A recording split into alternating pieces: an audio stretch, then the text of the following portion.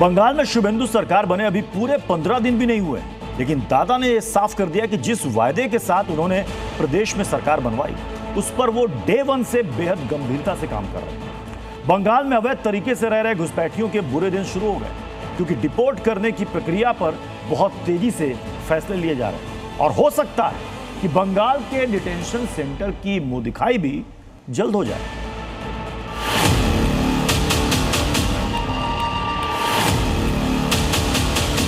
We are ready to hand over 27 kilometer fencing land. আজ থেকে আমরা এই আইন কার্যকর করলাম। এর ফলে সিএ এর অন্তর্ভুক্ত যারা बंगाल में घुसपैठियों की वापसी का समय आ गया है। अभी तो टाइम आ गया है बंधु डिपोर्ट करने का।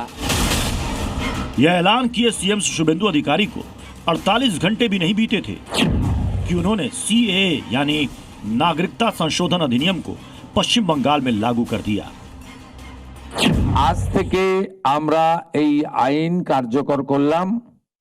এর ফলে সিএ এর অন্তর্ভুক্ত যারা অর্থাৎ সিএ তে বলা আছে 7টা কমিউনিটি বা ধর্ম পালন করা লোকেরা তারা সিটিজেনशिप अमेंडमेंट एक्टेर আওতায় আসবেন।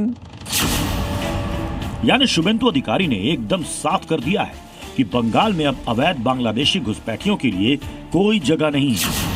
घुसपैठिए बंगाल में अब अपने आखिरी दिन गिन रहे हैं। गैर कानूनी तरीके से बंगाल की धरती पर रह रहे लोगों को डिपोर्ट किया जाएगा।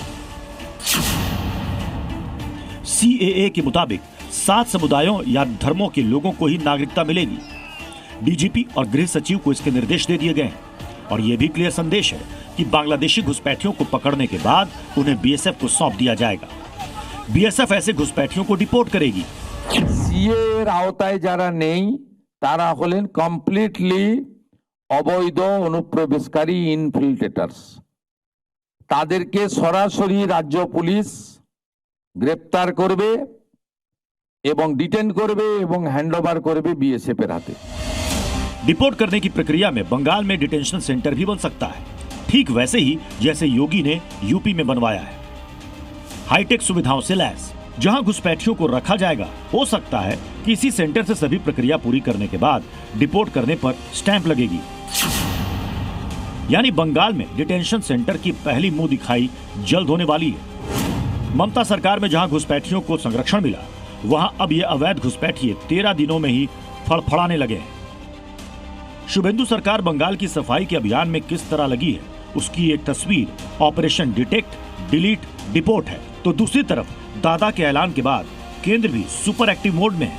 बीएसएफ के जवान वहां पहुंच गए हैं जहां अब से पहले तक नहीं पहुंच पाते थे।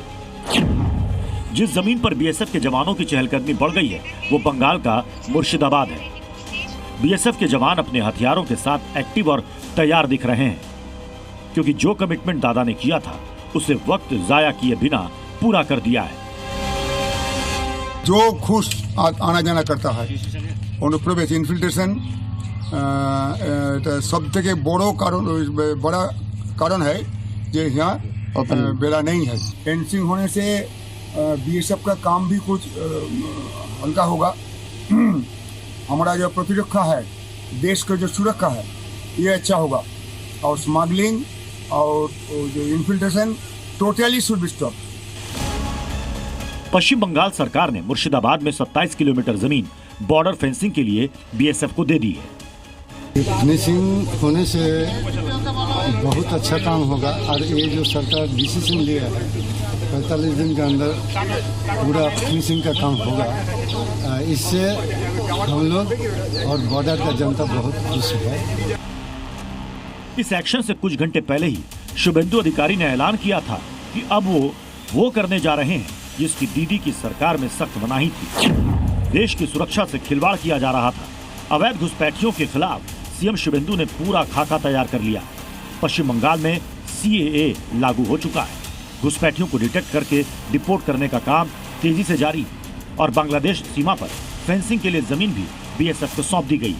यानी बंगाल में घुसपैठियों का अगले कुछ दिनों में सफाया निश्चित है। ब्यूरो रिपोर्ट, जी मीडिया।